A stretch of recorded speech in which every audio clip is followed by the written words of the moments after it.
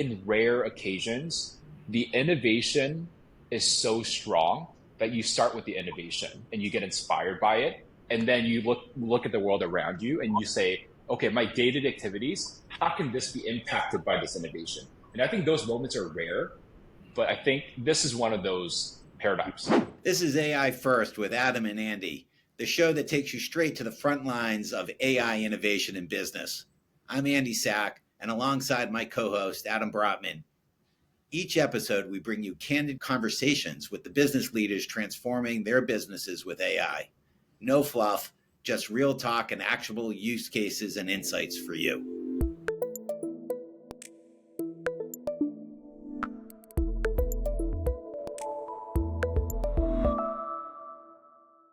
Welcome, Joe Lee from Locate.ai. Glad to have you on. Glad to be here. Thanks, Andy and Adam. What I want to do is cover three things. I want to cover your business, as it has existed for the last 7 years, I think, and then talk about your own transition to what you're doing now, really becoming an agentic, verticalized commercial real estate company, and what that means for you, that transformation. And then lastly, talk about what advice you have for other CEOs undertaking AI transformation in their businesses. So with that general outline, let's get right into it. If you would start, Joe, with just a brief background on yourself and a brief background on Locate.ai. Yeah, for sure. I'm Joe Lee, founder, CEO of Locate.ai. My background in technology really comes from my Stanford days, where I studied computer science and AI. And what Locate.ai does is we're an AI native leasing solution for national franchises. So if a franchisor is looking to grow, they'll typically get franchisees and try to sell licenses and open real estate around the country. So where we help is we take a deep dive analysis of the franchise brand. We understand key drivers, like what is driving a successful store location versus the other. We can actually create an AI model that can forecast where that brand will be successful anywhere in the country. We can do revenue forecasting, we can do market analysis, we can do site selection, site evaluation. And over time, what we've done with our business is we've vertically integrated our business. So when a franchisee is looking to get a signed lease from start to finish, it's actually a real estate service that they need. So what we've done is we've integrated our AI model and our AI intelligence platform so that the franchisee can work with our end-to-end integrated service, and we'll take them from start to finish, start to signed lease, using AI in every step of the way. And can you touch on how, give an example to the extent that you can, if you're willing to talk about one of your customers, give us a real example of a customer and what the business value is that you offer to that company. Yeah. I mean, at the core of our value prop, it's opening sites in high performing locations. That's the core of it, right? So if a franchise business is, if they're looking to open 50, 100, 200 locations over the next few years, how much revenue each site is doing, that matters. That matters to the franchisee, that matters to the brand, that matters for royalties, that matters for momentum, matters for fundraising. It just matters across the board. So what we've done with our clients is we've been able to demonstrate that by using AI to do site selection in a much more intelligent way, they can open stores that generate higher revenue levels than stores that they had on average prior. So many of our clients actually generate 10 to 15% higher average unit volumes, average revenue per store, after working with Locate compared to stores that they had before working with Locate normalized on a per market basis. That's great. I want to come back to that in just a moment, but and I'll, of course, Adam, feel free to jump in at any moment. I'm excited to jump in. I want you to ask your follow-up question because I want to talk about, it's fascinating how Joe's describing how they have been using AI in their core proposition for differentiating against other brokers and helping to find higher performing real estate than if you don't use Locate.ai. But I can't wait to hear about how you're using AI internally as well. So there's both the application, almost the client-facing element of what you're doing, as well as the internal use of it. I want to hear about both. But Andy, go ahead. Yeah, and that's actually a great call out, the sort of external client-facing versus the internal use. And I think to give that some color before we dive into that distinction, Joe, if you could just talk a moment about, as CEO of Locate, your own personal sort of aha moment with generative AI, because I think you were operating as an AI company for external purposes, and then you had sort of an aha. Can you talk about that, what the aha was? Yeah, for sure. It was actually, Andy, when it was shortly after we had dinner. I forget, maybe a year and a half ago, was it? We had some nice sushi dinner in New York City. And, I've tried ChatGPT and, tried the first few versions. But when the O1 came out, with the ability to, quote unquote, reason its way through providing answers and thoughtful input, I think that changed the game. So it was sparked by our intellectually stimulating, conversation over sushi and drinks. But really afterwards, I sat down and actually wrestled with, okay, like, let's give this another whirl, and let's start asking, very creative, thoughtful, difficult questions that I'm struggling with on a day-to-day basis. Whatever I'm working on any given week, that changes, that varies week to week.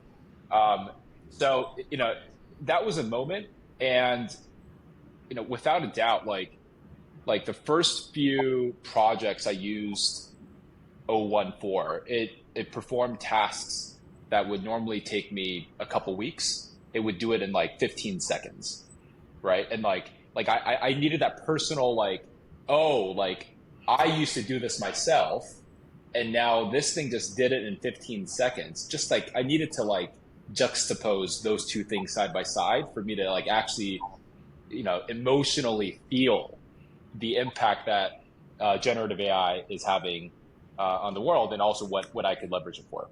With that, Adam, you want to go back to your distinction yeah, I mean, I'd love to dive in for a second, Joe, because first of all, on your point about O1, I couldn't agree more. And it's fascinating, that moment. I'm relating to what you're saying, that I'm having that moment myself right now with O3 through the deep research project or product that OpenAI has. But Andy and I had it with O1 and O1 Pro before that, to your point.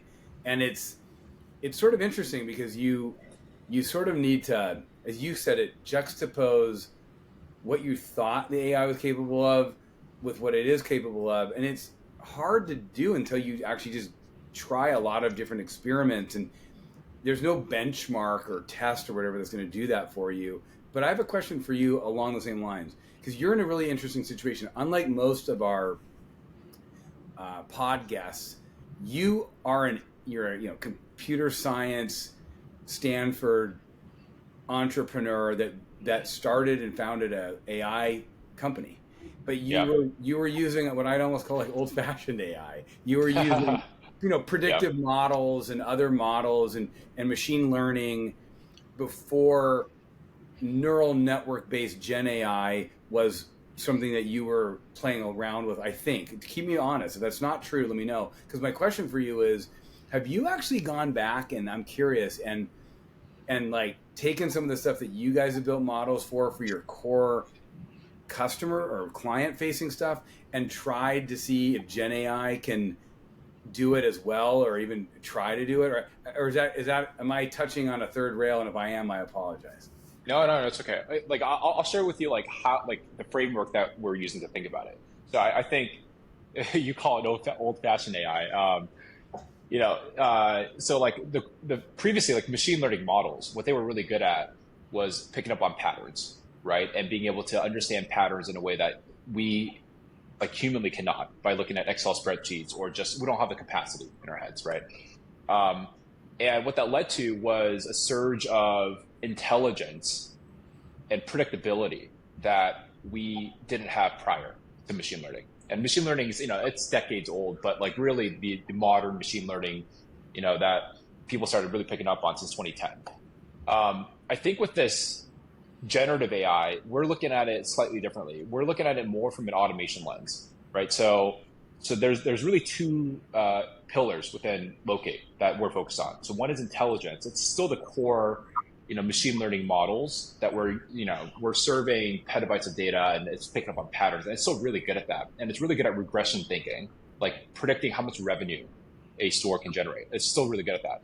But I think where generative AI, the upside with generative AI, LLMs, and also specifically AI agents is the interface between technology and the human, right? So like let's say I want to go figure out how much a site's going to do in revenue for a particular brand. That's a very common question we get.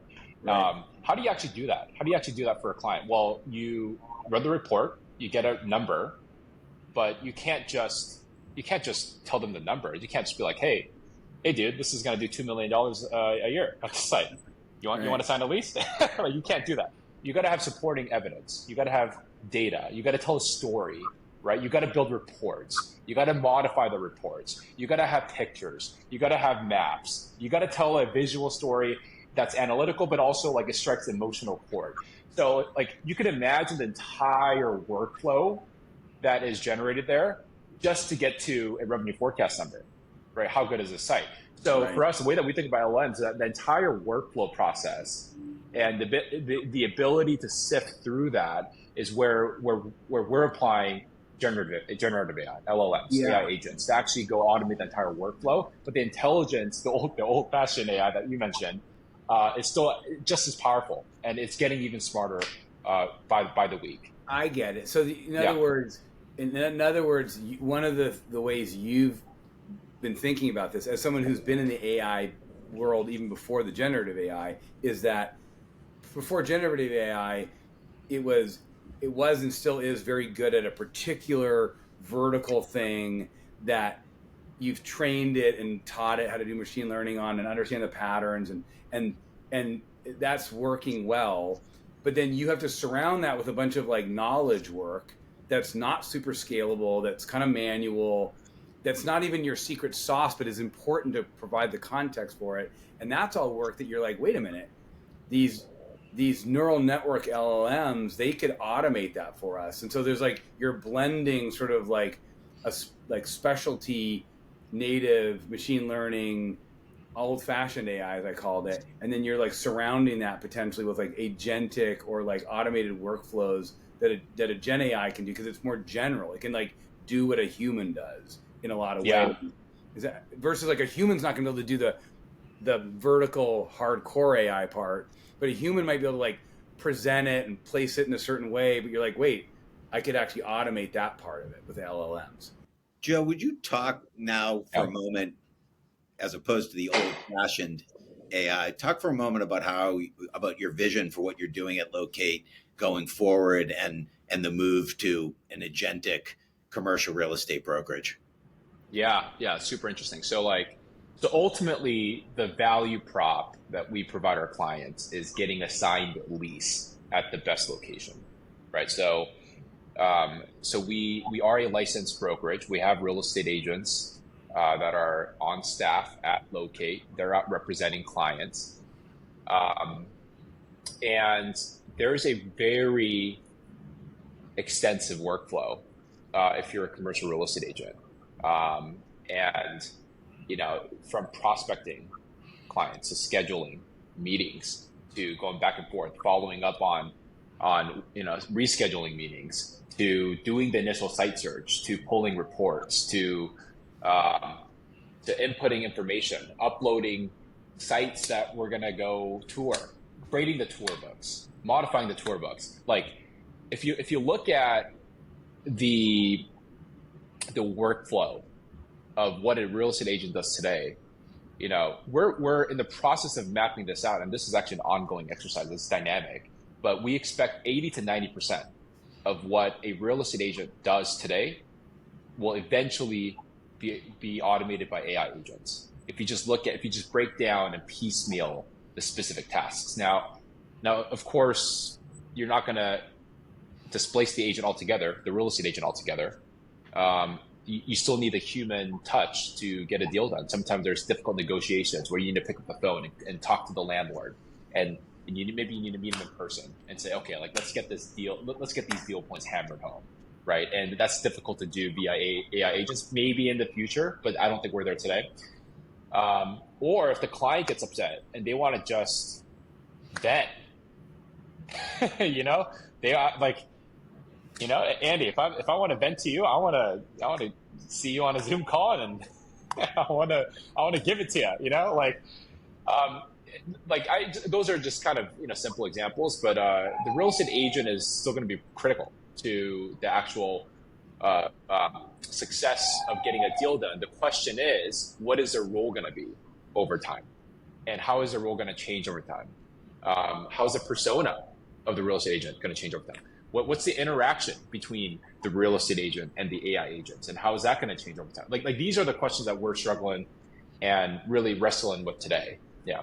I gotta say, just to jump in, Joe, what's so cool about what you're saying, and tell me if you see it the same way. And by the way, this could apply to a lot of other businesses as well. So tell me if this is true. And in your case, it's fascinating because you're saying, look, at the end of the day, Locate, we have a job to be done. Our job is to help a franchisor or through their franchisee, whichever one it may be, find the optimal location for their concept amongst choices in a certain geographic area, and optimal for a number of reasons, but primarily optimizing for revenue. So, okay, great.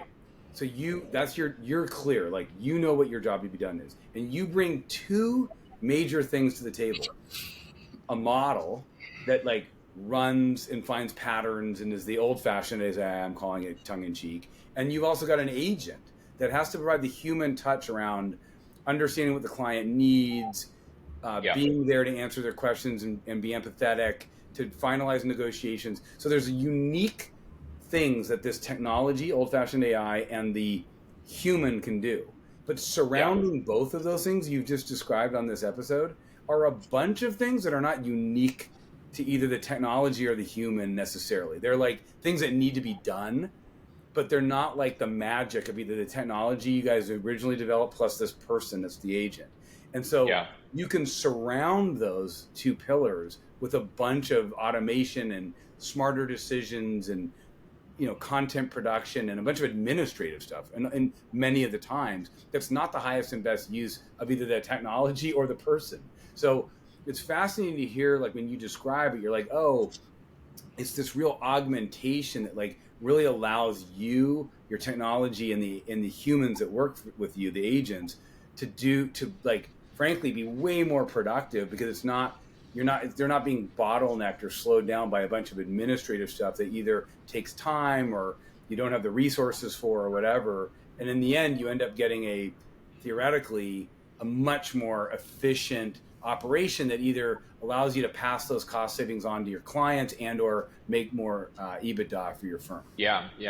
And I think, getting a little more specific to our industry, which maybe the audience may be akin to or not, but if you look at commercial real estate, you look at most people know commercial real estate brokers or real estate brokers in their life.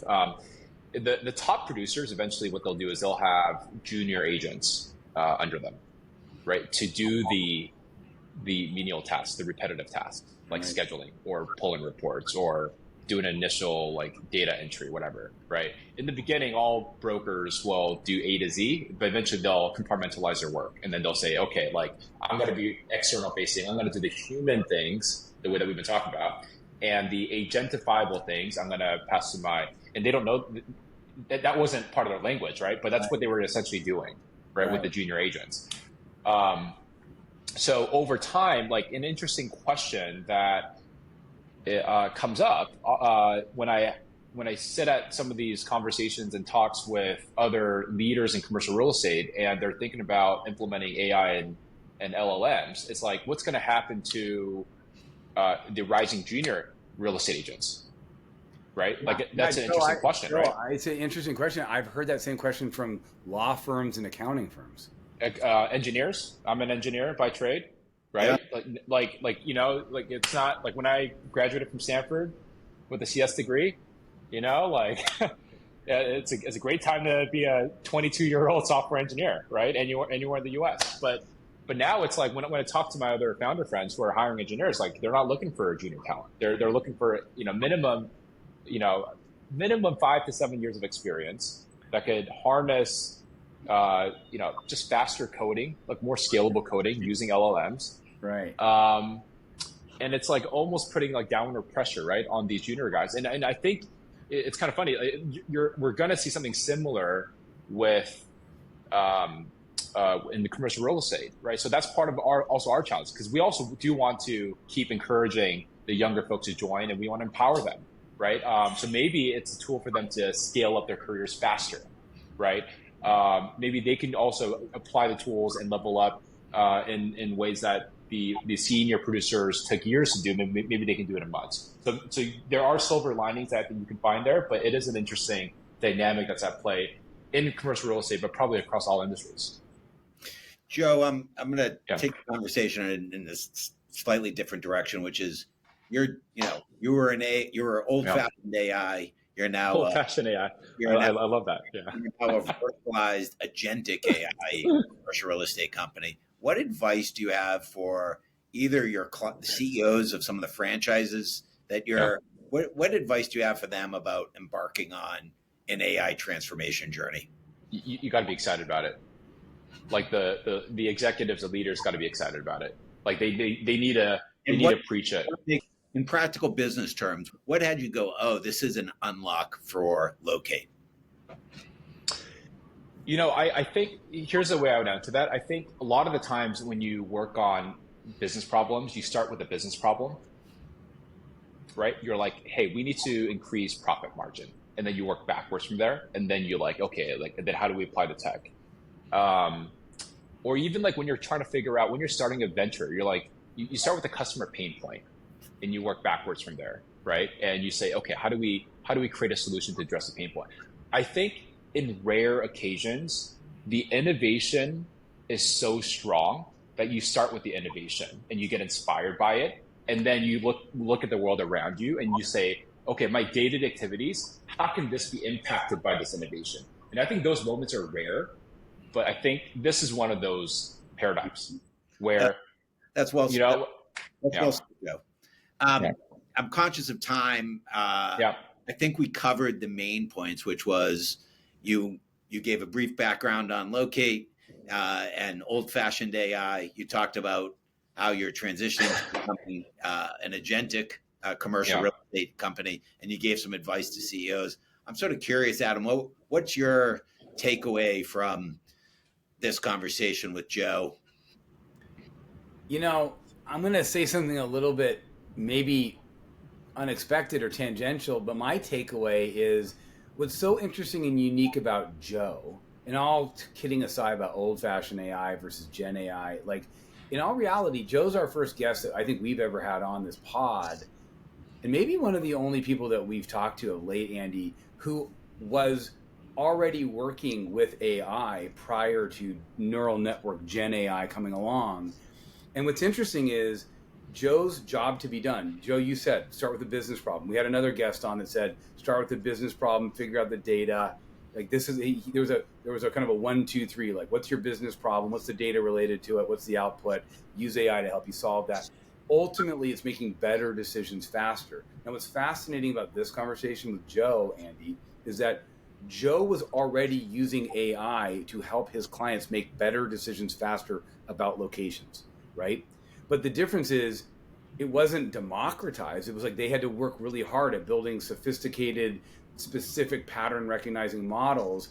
And now there's this like general purpose nature and easy access, as Joe said, to AI that can do all these other administrative, agentifiable things. Most people are at that point from day one. Joe was already using AI to make better decisions faster for his core business, but now realizes he can amplify that and be more efficient at doing that by surrounding it with AI. It's very meta, but it's actually really cool to see Joe kind of layer the Gen AI on top of the humans and the core AI system to create a much more efficient ecosystem for himself. And I actually think a lot of businesses, and I hope leaders that are listening to this had that same takeaway that I just had, which is like, oh yeah, I'm in the same boat. I might not be natively an AI company, but I can borrow from Joe's principles to sort of help me figure out what are the problems I'm trying to solve, what's the data around that, and how can I use AI to make better decisions faster. Joe, you just were like starting from a native AI perspective and sort of surrounded your agent humans and your core technology with that. And it's really inspiring, and it was fun to talk to you about it today. Yeah, it's new AI powering the old AI. my big takeaway from this conversation is one that I've stated in prior recordings and interviews, which is I just am continually reminded about how important it is for the CEO to get an aha moment with Gen AI themselves. And when that aha happens, things start to click, and then they look at their business and their business problem, which in Joe's case was, oh, how can I use this new AI to unlock gross margin in my business and do this more efficiently? This could be really transformative to the underlying operations and financial performance of the company, particularly with agents. Like it's a total game changer to be able to employ both humans and AI agents as a commercial real estate brokerage, and fundamentally the financial picture that produces is different than if you were just operating in either old AI or just operating in a commercial real estate brokerage without AI, without Gen AI. Yeah, The role of the CEO and the growth mindset. Everyone that's listening, get on ChatGPT, start using these models. And number two, when you focus on your business from a financial position, this is a major where the innovation of the technology is so great that you actually need to follow it. This is that moment. So Joe, thank you so much for being on. Always great to see you. And for all those folks listening, thanks for listening to AI First with Adam and Andy. For more resources on how to become AI First, you can go to our website, forum3.com. You can download case studies, research briefings, and executive summaries. Lots of great materials on our website for leaders looking to expand their knowledge. And of course, as always, we don't believe that you can overinvest in AI learning. Onward.